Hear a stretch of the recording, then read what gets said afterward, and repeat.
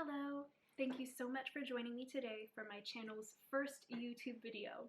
This is a big day for me. So throughout my videos, I'd like to discuss topics in science, education, and of course the resources that are available to you. The topic I would like to discuss today is scholarly articles, how to find them. What inspired me to do this video was a post that I saw on Facebook about finding the source of the information that you see in any sort of journalism or a news headline. And I thought, I'm not sure if everyone knows how to do that. And I think that's very important. When you see a headline that says, NASA finds water on Mars, what does that actually mean?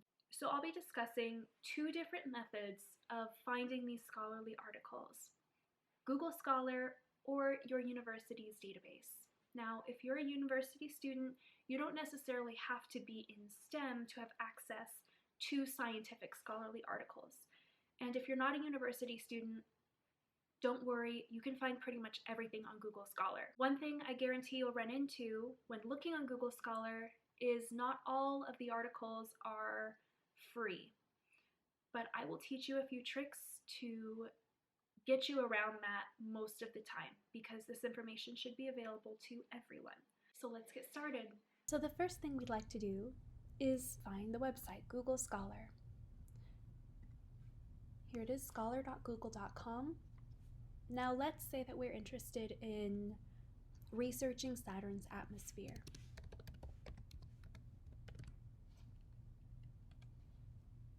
All right, now this first article, let's give this one a try.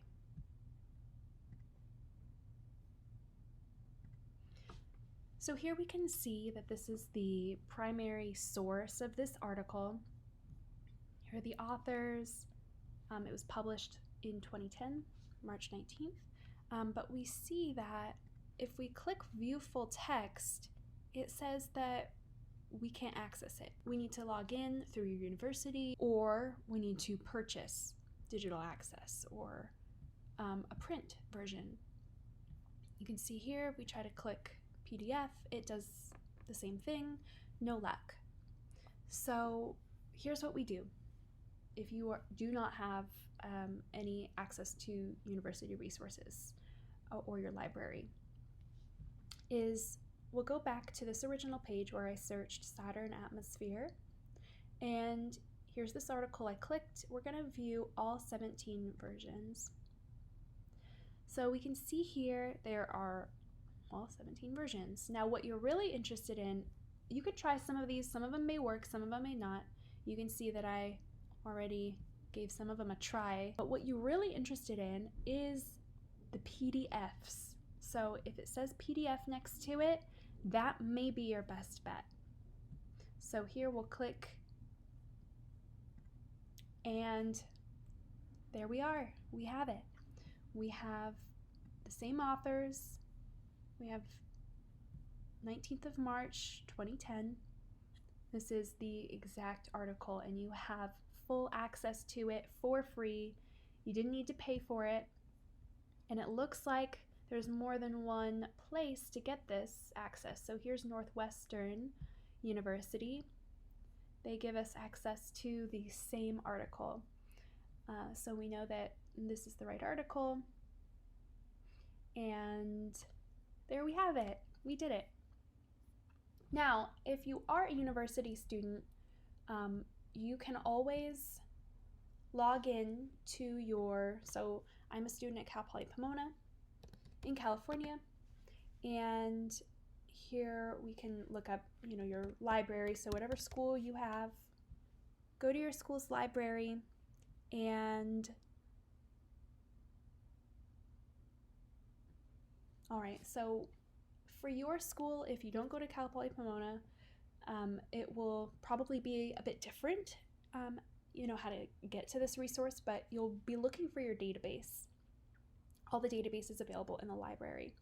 And you can see here that there are several different kinds, not just STEM, but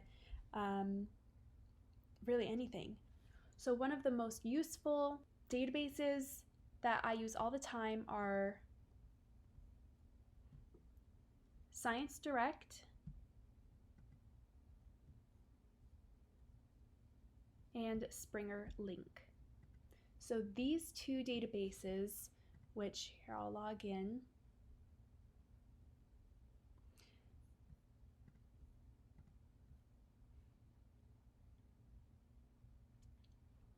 they will often come up when you use Google Scholar. You'll also often see the Springer Link or Science Direct come up, and usually it's quite trustworthy. The most important thing is always to take a look in your article. So here's the article we looked up earlier. We want to take a look at the references and notes. So references are essential in finding related articles. So most likely if you're writing a paper on, for example, the atmosphere of Saturn, you won't just use one article, you'll use several. You can see here that there are several different articles that are somewhat related, at least they were referenced in order to create this paper.